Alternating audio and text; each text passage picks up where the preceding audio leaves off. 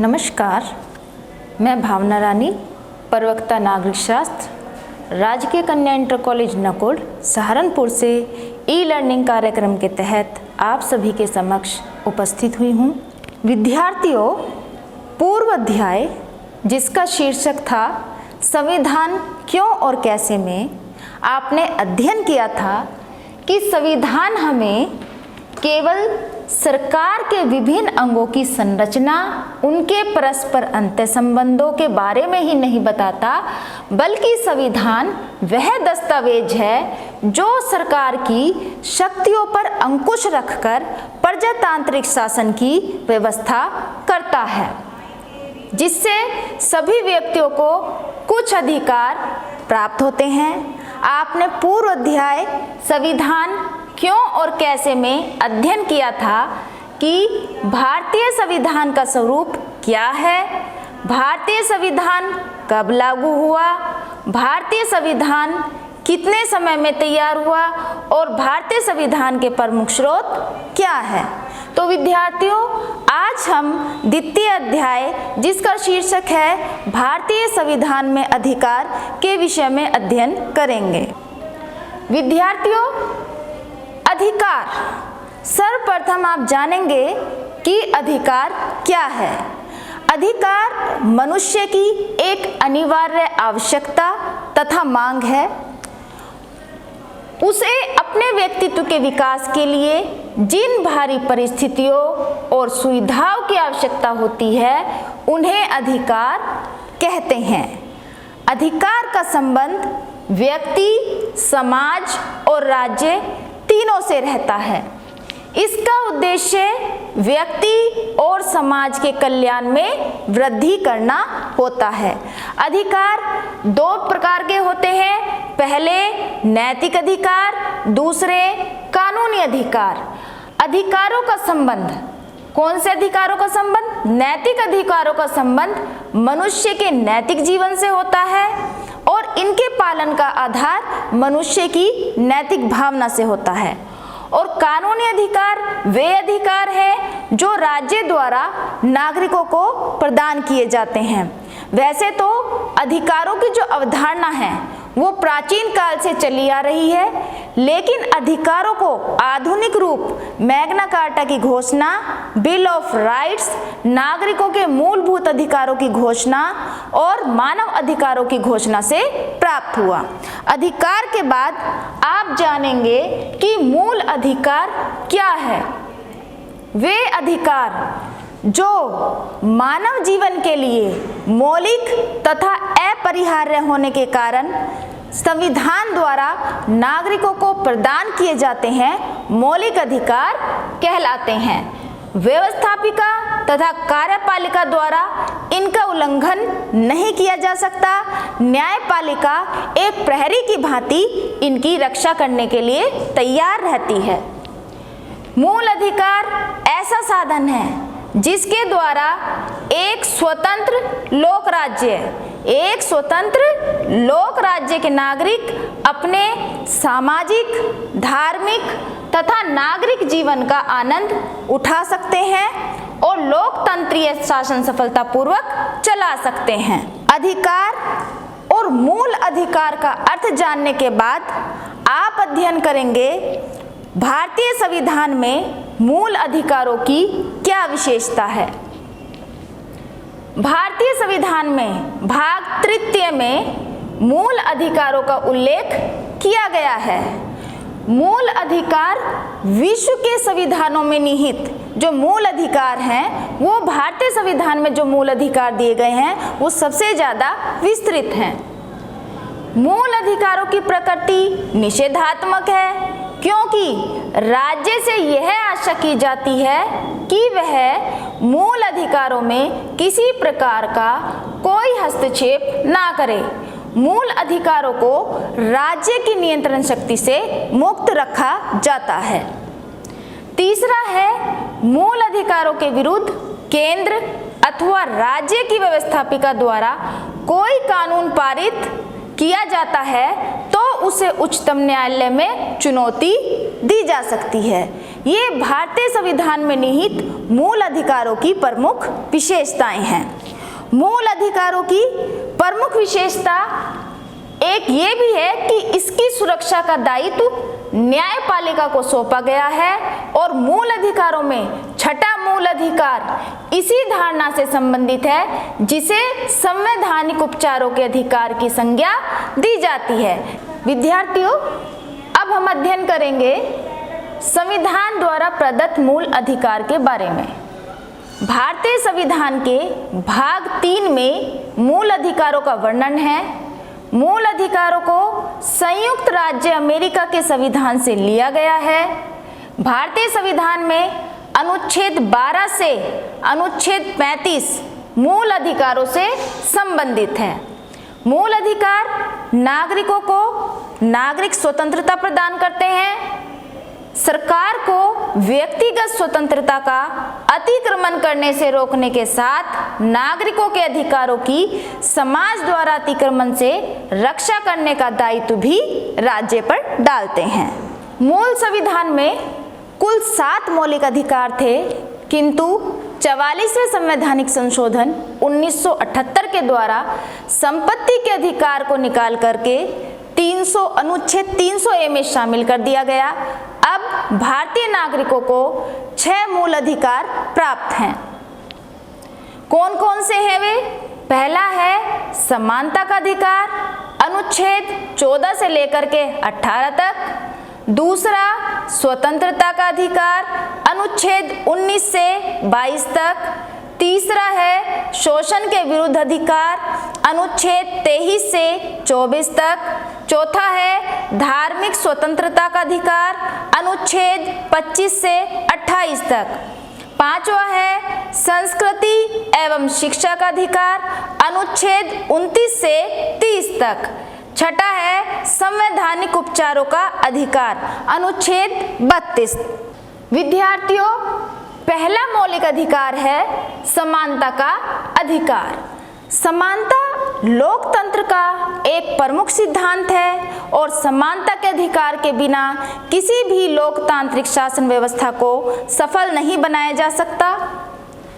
समानता संबंधी अधिकारों का जो विवेचन किया गया है वो भारतीय संविधान में अनुच्छेद 14 से 18 तक किया गया है, जिसमें पहला है भारतीय राज्य क्षेत्र में राज्य किसी भी व्यक्ति को कानून के समक्ष समानता अथवा कानून के समान संरक्षण से वंचित नहीं करेगा। दूसरा है राज्य धर्म के आधार पर, जाति के आधार पर, लिंग के आधार पर, जन्म स्थान के आधार पर कोई भेदभाव नहीं करेगा।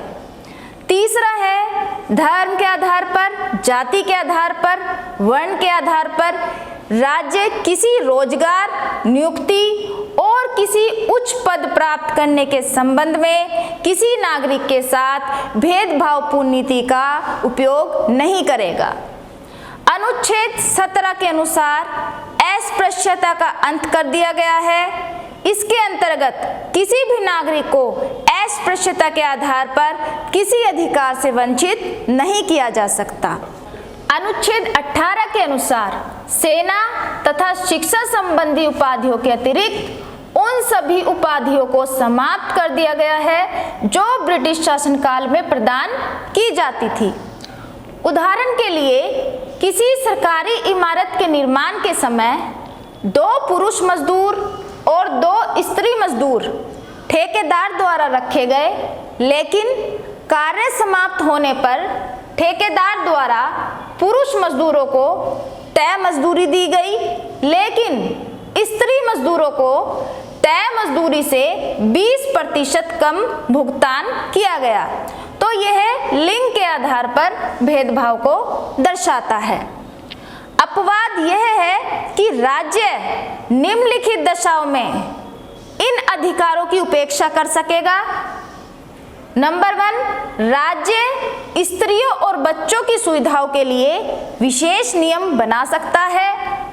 समाज के कुछ वर्गों के लिए सरकारी सेवाओं में स्थान सुरक्षित किए जा सकते हैं। तीसरा, राज्य सामाजिक तथा शैक्षिक दृष्टिगत से अनुसूचित जाति, अनुसूचित जनजाति और पिछड़ी जातियों के लिए विशेष नियम लागू कर सकता है। समानता के अधिकार के बाद दूसरा अधिकार आता है स्वतंत्रता का अधिकार। स्वतंत्रता जीवन का बहुत महत्वपूर्ण अधिकार है। इस अधिकार के अभाव में अन्य अधिकारों का उपयोग नहीं हो सकता। इसीलिए भारतीय संविधान में नागरिकों को स्वतंत्रता का अधिकार प्रदान किया गया है। अनुच्छेद 19 से अनुच्छेद 22 तक स्वतंत्रता के अधिकार के बारे में बताया गया है। अनुच्छेद 19 के अंतर्गत व्यक्ति स्वतंत्रता के अधिकार के अंतर्गत नागरिकों को भाषण और अभिव्यक्ति का, यानी कि अपने विचारों को प्रकट करने का, शांतिपूर्ण ढंग से जमा होने और सभा करने का शस्त्र विहीन होकर भारत में कहीं भी आने जाने का, भारत के किसी भी हिस्से में बसने और रहने का, कोई भी पेशा चुनने का और व्यापार करने का अधिकार है। अनुच्छेद 20 के अनुसार किसी नागरिक को बिना किसी अपराध के दंडित नहीं किया जा सकता। अनुच्छेद 21 के अनुसार जीवन के अधिकार को मान्यता प्रदान की गई है। इसमें कहा गया है किसी व्यक्ति को उसके प्राण और दैहिक स्वतंत्रता से विधि द्वारा स्थापित प्रक्रिया को छोड़कर अन्य किसी प्रकार से वंचित नहीं किया जा सकता। और अनुच्छेद 22 के अनुसार किसी व्यक्ति को तब तक बंदी नहीं बनाया जा सकता जब तक उसे बंदी बनाए जाने के कारणों से अवगत नहीं करा दिया जाता। उदाहरण के लिए गांव तिगरी में एक समूह के लोगों द्वारा कोई सभा की गई और उस समूह के नेता ने अपने विचार व्यक्त किए, लेकिन दूसरे समूह के लोगों द्वारा बहुसंख्यक होने के कारण उन्हें रोक दिया जाता है, तो यह उदाहरण विचार अभिव्यक्ति की स्वतंत्रता के हनन को दर्शाता है। एक उदाहरण, सोनापुर गांव में 25 वर्षीय मोलाचंद नामक व्यक्ति को किसी अपराध के लिए आरोपी घोषित कर दिया जाता है, लेकिन उसकी ओर किसी ने ध्यान नहीं दिया और उसके मुकदमे की सुनवाई नहीं हुई। उसकी सारी जिंदगी हिरासत में ही कटी, लेकिन जब राष्ट्रीय मानवाधिकार आयोग द्वारा नियुक्त एक टीम ने राज्य में बंदियों का निरीक्षण किया, तब जाकर उसे स्वतंत्र होने का अवसर मिला और तब वह 77 वर्ष का था। इस प्रकार उसका सारा जीवन व्यर्थ गया। तो यह उदाहरण जीवन के अधिकार के उल्लंघन को दर्शाता है। अपवाद यह है कि संविधान में स्वतंत्रता के अधिकारों के उपयोग पर भी कुछ प्रतिबंध लगाए जा सकते हैं। अपराध करने को रोकने के लिए और अपराध करने को उकसाने से रोकने के लिए व नैतिकता व शिष्टता के विरुद्ध कार्य करने पर इस अधिकार पर उपयुक्त प्रतिबंध लगाए जा सकते हैं। स्वतंत्रता के अधिकार के बाद आता है शोषण के विरुद्ध अधिकार। इस अधिकार का उल्लेख संविधान में अनुच्छेद 23 से अनुच्छेद 24 तक किया गया है, जिसके अंतर्गत कोई भी व्यक्ति किसी अन्य व्यक्ति का शोषण करने का अधिकार नहीं रखता है और वह किसी स्त्री, पुरुष या बच्चे का क्रय विक्रय नहीं कर सकता है। अनुच्छेद 24 में यह उल्लेख किया गया है कि 14 वर्ष से कम आयु वाले बच्चों को कारखानों, खदानों अथवा अन्य जोखिम भरे कार्यों में मजदूर के रूप में नहीं रखा जा सकता है। उदाहरण के लिए गांव कुतुबपुर में सरकार द्वारा एक औचक निरीक्षण कराया जा रहा था, जिसमें पाया गया कि एक ईंट के भट्टे पर 10-11 बच्चों से दयनीय स्थिति में बंधुआ मजदूरी कराई जा रही थी, जो कि शोषण के विरुद्ध अधिकार के उल्लंघन को दर्शाता है। शोषण के विरुद्ध अधिकार के बाद आता है धार्मिक स्वतंत्रता का अधिकार। जैसा कि हम सभी जानते हैं कि भारत एक धर्मनिरपेक्ष राज्य है। इसीलिए भारतीय संविधान में अनुच्छेद 25 से अनुच्छेद 28 तक नागरिकों को धार्मिक स्वतंत्रता का अधिकार प्रदान किया गया है, जिसमें सभी धर्मों के अनुयायियों को अपनी परंपरा और विश्वास के अनुसार उपासना आदि करने की स्वतंत्रता दी गई है। सभी अपने अपने धार्मिक मामलों का प्रबंध कर सकते हैं। कोई भी व्यक्ति या संस्था अपने धार्मिक विचारों को दूसरों पर बलपूर्वक नहीं थोप सकता। धार्मिक संपत्ति का किसी भी रूप में राज्य अधिग्रहण नहीं कर सकता और उस पर आयकर नहीं लगा सकता। कोई भी धार्मिक संस्था किसी भी व्यक्ति से जबरन चंदा वसूल नहीं कर सकती। उदाहरण के लिए गांव नसरुल्लागढ़ में एक ऊंची मस्जिद है, एक भव्य मंदिर है, एक बहुत सुंदर गुरुद्वारा है। वहां के स्थानीय निवासी अपनी अपनी धार्मिक आस्था के अनुसार उपासना करते हैं, लेकिन कुछ असामाजिक तत्वों द्वारा गुरुद्वारे में होने वाले कार्यक्रम में बाधा डालकर रोक दिया गया, जो कि धार्मिक स्वतंत्रता के अधिकार के उल्लंघन को दर्शाता है। भारत एक विशाल देश है जिसमें विभिन्न संस्कृतियों के विभिन्न भाषा भाषी लोग निवास करते हैं। इसी कारण से इस अधिकार का महत्व बहुत है। इसीलिए भारतीय संविधान में अनुच्छेद 29 से 30 तक संस्कृति एवं शिक्षा के अधिकार का उल्लेख किया गया है। संविधान भारत की प्रत्येक जाति, वर्ग अथवा संप्रदाय को अपनी भाषा, लिपि तथा संस्कृति को सुरक्षित रखने का अधिकार प्रदान करता है। अल्पसंख्यक वर्ग को अपनी संस्कृति के अनुरूप शिक्षण संस्थाएं तथा स्कूलों को स्थापित करने का अधिकार प्राप्त है। संविधान के 86वें संविधान संशोधन अधिनियम द्वारा 21A को धारा 21 के बाद जोड़कर शिक्षा को मौलिक अधिकार का दर्जा दिया गया है। 6 से 14 वर्ष की आयु के सब बच्चों को निःशुल्क व अनिवार्य शिक्षा प्रदान करना राज्य का कर्तव्य है। 6 से 14 वर्ष की आयु के सब बच्चों को शिक्षा के अवसर प्रदान करना भी माता पिता की भी जिम्मेदारी होगी। उदाहरण के लिए रोशन नगर में Saint Johnson academy, Guru Nanak girls inter college, Jamia high school, Arya Samaj inter college, ये सभी स्कूल संस्थाएं अपने अपने सांस्कृतिक व शैक्षिक कार्यक्रमों के माध्यम से संस्कृति एवं शिक्षा के विकास की प्रक्रिया को दर्शाते हैं। क्रिश्चियन स्कूल पाश्चात्य सभ्यता को सुरक्षित करते हैं। दक्षिण भारत में भी तमिल, तेलुगु, मलयालम तथा कन्नड़ भाषाओं के पृथक पृथक स्कूल हैं। नेक्स्ट अधिकार है संवैधानिक उपचारों के अधिकार। भारतीय संविधान में अनुच्छेद 32 में संवैधानिक उपचारों के अधिकार का उल्लेख किया गया है। इस अधिकार के अंतर्गत उच्चतम न्यायालय तथा राज्य के उच्च न्यायालयों को यह अधिकार प्राप्त है कि वे इन मूल अधिकारों की सुरक्षा के लिए कुछ लेख जारी कर सकते हैं। पहला है बंदी प्रत्यक्षीकरण। व्यक्तिगत स्वतंत्रता की सुरक्षा के संबंध में यह लेख अत्यधिक महत्वपूर्ण है। यह लेख उस नागरिक की प्रार्थना पर जारी किया जाता है जो यह समझता है कि उसे अवैधानिक रूप से बंदी बनाया गया है। इसके द्वारा न्यायालय बंदी बनाने वाले अधिकारी तथा बंदी व्यक्ति को न्यायालय के समक्ष उपस्थित होने का आदेश देता है। बंदी प्रत्यक्षीकरण के बाद दूसरा आदेश है परमादेश। यह आदेश उन परिस्थितियों में जारी किया जाता है जब न्यायालय को लगता है कि कोई सार्वजनिक पदाधिकारी अपने कानूनी और संवैधानिक कर्तव्यों का पालन नहीं कर रहा है। तीसरा है प्रतिषेध।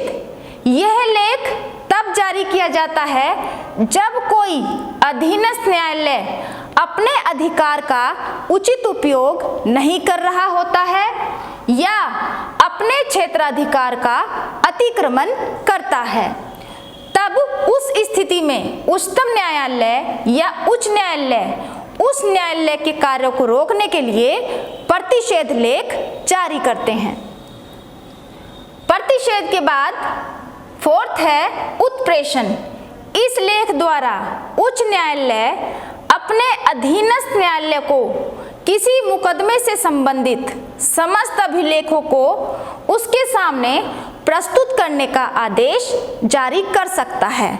उत्प्रेषण के बाद आता है अधिकार प्रच्छा। यह लेख तब जारी किया जाता है जब कोई व्यक्ति कानून के विरुद्ध किसी सार्वजनिक संस्था में पद ग्रहण किए हुए हो या अपने अधिकारों का दुरुपयोग कर रहा हो। इस लेख द्वारा न्यायालय उन व्यक्तियों को उस पद से अपदस्थ कर सकता है। मूल अधिकारों का स्थगन। विद्यार्थियों, अभी तक आपने अध्ययन किया कि अधिकार क्या है, मूल अधिकार किसे कहते हैं, भारतीय संविधान में नागरिकों को कौन कौन से मूल अधिकार प्राप्त हैं, मूल अधिकारों की क्या विशेषता है। अब आप जानेंगे कि मूल अधिकारों का स्थगन संभव है या नहीं।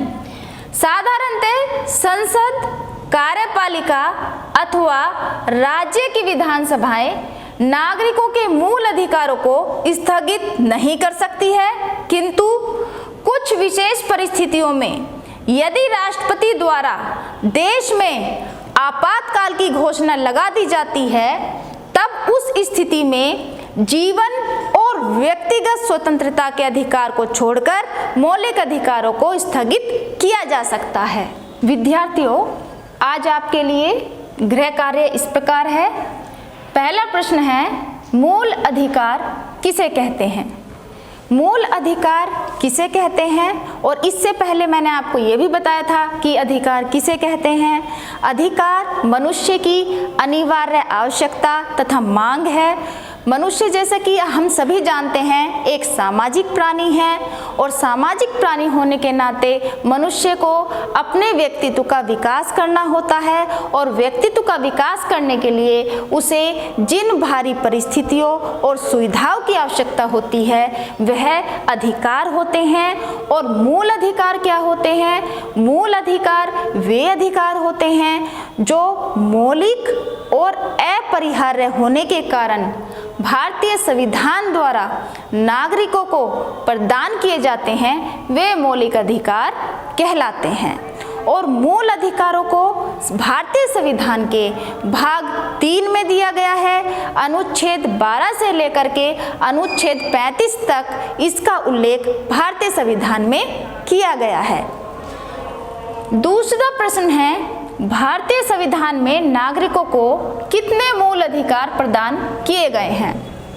जैसा कि विद्यार्थियों हमने अभी अध्ययन किया था कि मूल संविधान में भारतीय नागरिकों को 7 मौलिक अधिकार दिए गए थे, जिसमें से 44वें संवैधानिक संशोधन 1978 के द्वारा संपत्ति के अधिकार को मूल अधिकारों की श्रेणी में से निकाल करके अनुच्छेद 300A में कानूनी अधिकार के रूप में सम्मिलित कर दिया गया। अब भारतीय नागरिकों को 6 मूल अधिकार प्राप्त हैं।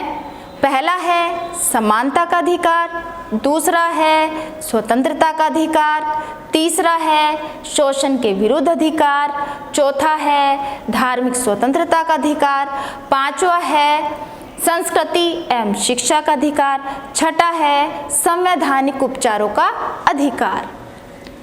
तीसरा प्रश्न है, समानता के अधिकार का उल्लेख संविधान के किस अनुच्छेद में किया गया है? समानता के अधिकारों का उल्लेख अनुच्छेद 14 से लेकर के 18 तक किया गया है, जिसमें बताया गया है कि भारतीय राज्य क्षेत्र में रहने वाले सभी नागरिकों को कानून के सम्मुख समान समझा जाएगा, सभी को विधि का समान संरक्षण मिलेगा। धर्म के आधार पर, जाति के आधार पर, वर्ण के आधार पर, लिंग के आधार पर या जन्म स्थान के आधार पर किसी भी नागरिक के साथ किसी भी प्रकार का कोई भेदभाव नहीं किया जाएगा। अस्पृश्यता के आधार पर किसी प्रकार का कोई भेदभाव नहीं किया जाएगा और सेना एवं शिक्षा के क्षेत्र को छोड़ करके वे सभी उपाधियां समाप्त कर दी गई हैं जो नागरिकों को ब्रिटिश शासनकाल में प्रदान की जाती थी। चौथा प्रश्न है, स्वतंत्रता के अधिकार के अंतर्गत अनुच्छेद 21 में क्या वर्णित है? सबसे पहले तो स्वतंत्रता का अधिकार किस अनुच्छेद से किस अनुच्छेद तक दिया गया है ये हमने अध्ययन किया था। उसमें हमने पढ़ा था कि सभी नागरिकों को भाषण देने की, अपने विचारों को प्रकट करने की, शांतिपूर्ण शस्त्र विहीन होकर सभाएं करने की, कहीं भी आने जाने की, कहीं भी निवास करने की और अपनी योग्यता के अनुसार कोई सा भी व्यवसाय करने की स्वतंत्रता प्राप्त है। और किसी भी व्यक्ति को तब तक दंडित नहीं किया जा सकता जब तक उसने कोई अपराध ना किया हो। और अनुच्छेद 21 में के अनुसार किसी भी नागरिक को उसके प्राण और दैहिक स्वतंत्रता से कानून द्वारा या विधि द्वारा स्थापित प्रक्रिया को छोड़कर अन्य किसी भी प्रकार से वंचित नहीं किया जा सकता है। पांचवा प्रश्न आता है, कौन से मूल अधिकार को संविधान का हृदय और आत्मा कहा जाता है? विद्यार्थियों, संविधान निर्माताओं को पता था कि मूल अधिकारों का तब तक कोई महत्व नहीं है जब तक कि मूल अधिकारों पर कोई बाध्यकारी तत्व ना हो। इसीलिए कुछ लेख रख करके संवैधानिक उपचारों के अधिकार की व्यवस्था की गई। तो छठा मूल अधिकार जो संवैधानिक उपचारों का अधिकार है, यही अधिकार भारतीय संविधान की हृदय और आत्मा कहा जाता है।